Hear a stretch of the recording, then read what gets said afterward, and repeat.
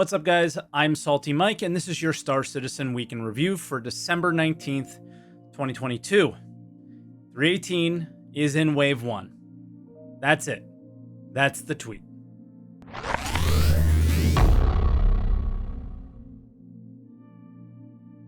And as always, if this is your first week in review, this is where I take all of the official Star Citizen news each week, condense it into one video, and share some of my opinions about it. I also live stream on Twitch, twitch.tv/saltymike, every day but Monday, so I can get this video out to you guys. Today was a little bit different though. Today is Monday, and I've also already recorded this intro, but I'm re-recording it because I did live stream today. With 318 going to Wave 1 PTU, I wanted to check it out with my live stream. I also wanted to share on this video some recording of video of some of the 318 features. I was unable to experience a lot of those 318 features because I had a hard time getting into the servers. They seem to be now testing the scaling of PES, and well, it's not scaling very well, and there seems to be some issues with some of the servers. Basically, everything was pretty good. Everything was working fine. I had one crash, I got back in, I was okay, and then I started having a hard time getting back into servers where I then tried like 10 times in a row and couldn't get back in. Now we're here re-recording this intro to let you know that, yeah, we're going to go over the patch notes now, but we're not going to be showing any additional video over it, and I'm not going to be live streaming after you guys watch this video, so that was kind of something that I shared there. Also, This Week in Star Citizen came out, and they shared some news.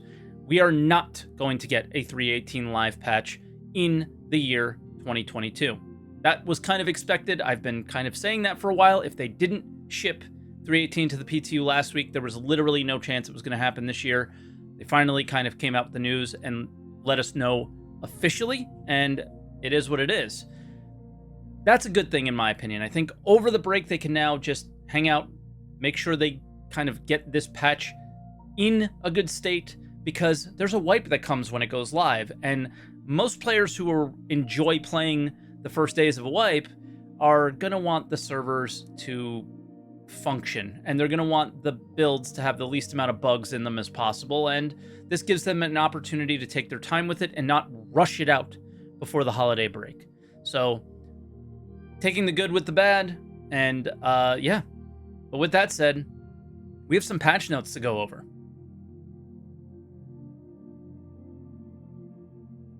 And like I said earlier, 318 went live as I was about to hit the record button and post a very different video from what we're posting today, but here we are. And again, I do have a hard time saying this.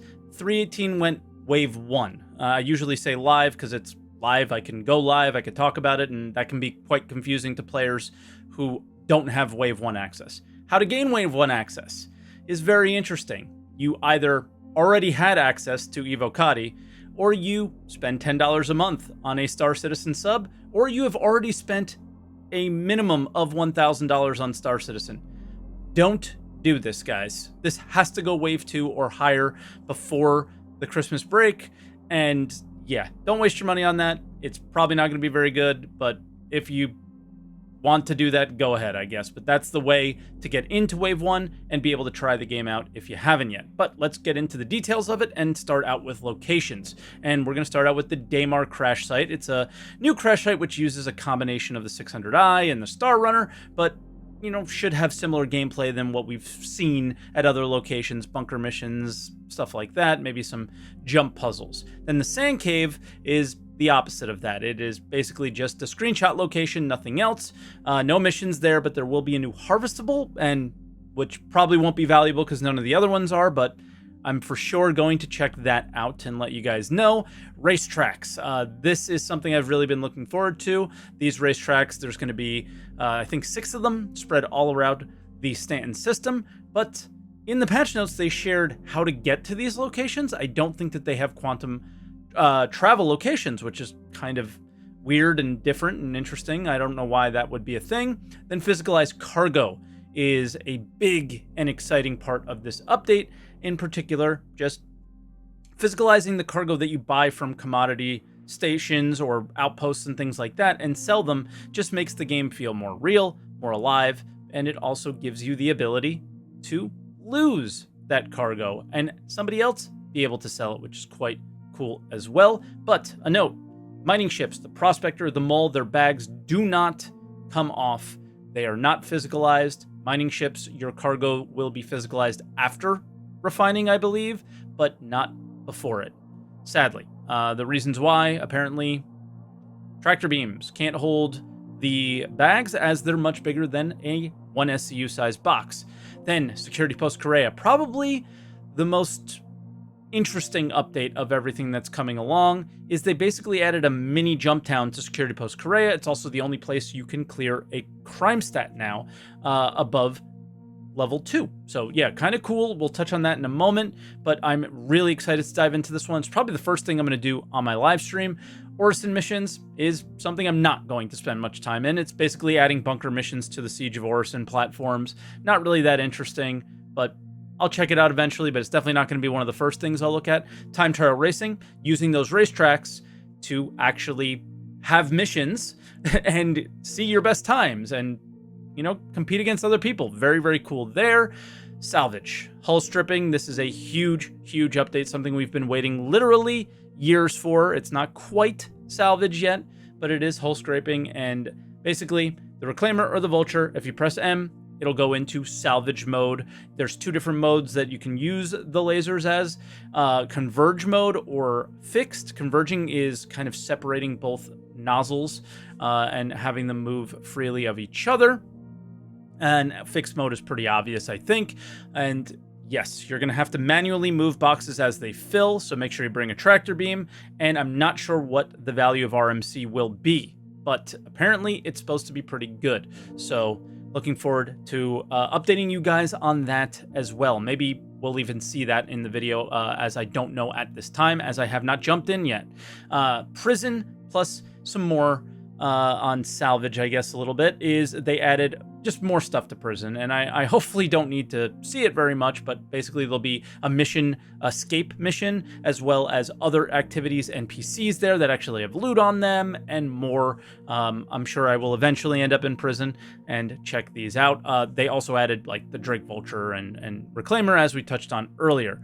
More locations, they added 30 derelict outposts, rivers, which they've talked extensively about, all around the, I think, Hurston and Microtech, and new rules for restricted areas. So now they'll have text warnings, countdowns, and then instead of you just blowing up, they're going to teleport you back to port, impound your ship. There's going to be fines to pay off, with probably a crime involved as well. Delivery missions and inventory changes are next, and delivery missions are getting an update with reputation-based missions that we've seen, I believe, with Redwind, but we'll see more through all the other delivery companies in the Stanton system. So I think that that is just one of these little steps towards true cargo missions. So very kind of excited about that one, even though the actual update isn't super exciting. And then inventory updates, stacking, move all, transfer all, a lot of welcome changes. There's even more quality of life updates than what I just said. So they really listened to feedback there. It took longer than we had hoped, but here they are. Law system improvements as well, which we touched a little bit on in the Security Post Korea section. Crime Stat 1, Crime Stat 2, you can land anywhere, you look blue to other players, you can play it off as a fine. But Crime Stat 3, which starts as killing other players, not just NPCs, but other players that are blue, that's going to hit you with a 3. That's when you're going to get restricted from landing, and everyone is going to be able to shoot at you, as you will show up as red. You'll have 1 week to pay off those CS1 and CS2 fines, but also keep in mind, if you do CS1 and CS2 fines often, you will eventually end up with a CS3 and not be able to land anywhere else. So keep that in mind as well. That was the quick and dirty version of what's in patch 3.18. Get subscribed here, guys, because expect a lot of detailed updates on all of the features I just talked about now on SaltEMike. I was going to do a New Year's resolution video, and one of the things was to really make a lot more game-related videos and not these discussion development-related videos that we've been doing so much of. But with that said, let's move into video updates.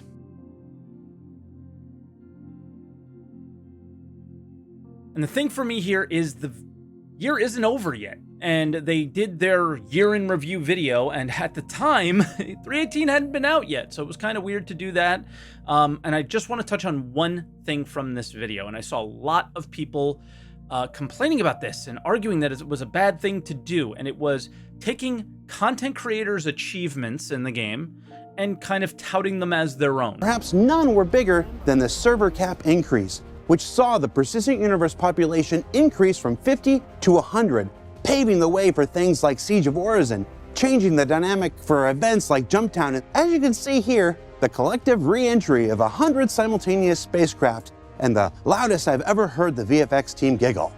And let me tell you, they're gigglers, especially at racing in the first of several community-initiated in-universe racetracks such as the Snake Pit, which began with the XGR racing community exploding in popularity this year, and an exciting initiative within development to canonize creations from the players into the persistent universe proper that will continue in the upcoming Alpha 318 and beyond. And speaking of the community, much of what made Star Citizens 2022 special was created by the community itself, including recurring events like Fight or Flight, the largest 2v2 PvP dogfighting tournament in the verse, the Hurston Hurt Locker, a battle royal event on Magda that features lots of mayhem and death where almost anything goes and precious few survive, and the classic Daymar Rally, a canonized staple that kicks off each year with a 500-kilometer race with multiple divisions and loads of ground vehicle shenanigans. Now, I think you would have expected me to feel a certain way as a content creator myself, but I don't think this is bad at all. Content creators are able to make this content because of the tools that CIG gave them. This is just as much an achievement for CIG as it is for the content creator that brought 100 players on a ship like Morphologist, or XGR racing group that's making, these racetracks in the game. All these tools were given to them by CIG, and now in some ways with XRG and racing, they're given more tools because of that effort that they've made. And yeah, good on those content creators and good on CIG for that, right? Like, I don't see why this is something that we would be complaining about. I think it just comes down to the year didn't have a lot of meat to it in terms of in-game content and replayability or just day in and day out play, and people wanted to complain about something. And I'm not going to be one of those people. Good for you, CIG. Good for you, Morph. Good for you, Racing Leagues, and everyone else. Good for you, Tarada, right? Who that was an amazing image that was done there. And yeah, great on you guys. And hopefully next year we'll be talking more about the achievements that CIG made that are less visually appealing and more, gameplay driven. But for now, next week, I really want to do the year in review video, as we'll have a little bit more understanding of, did 318 go live? Did it not? And really know what this year was. Then I will go a little bit more into the meat of this ISC, but link will be in the description if you want to check it out yourself. But with that said, let's move on to what few other updates we have.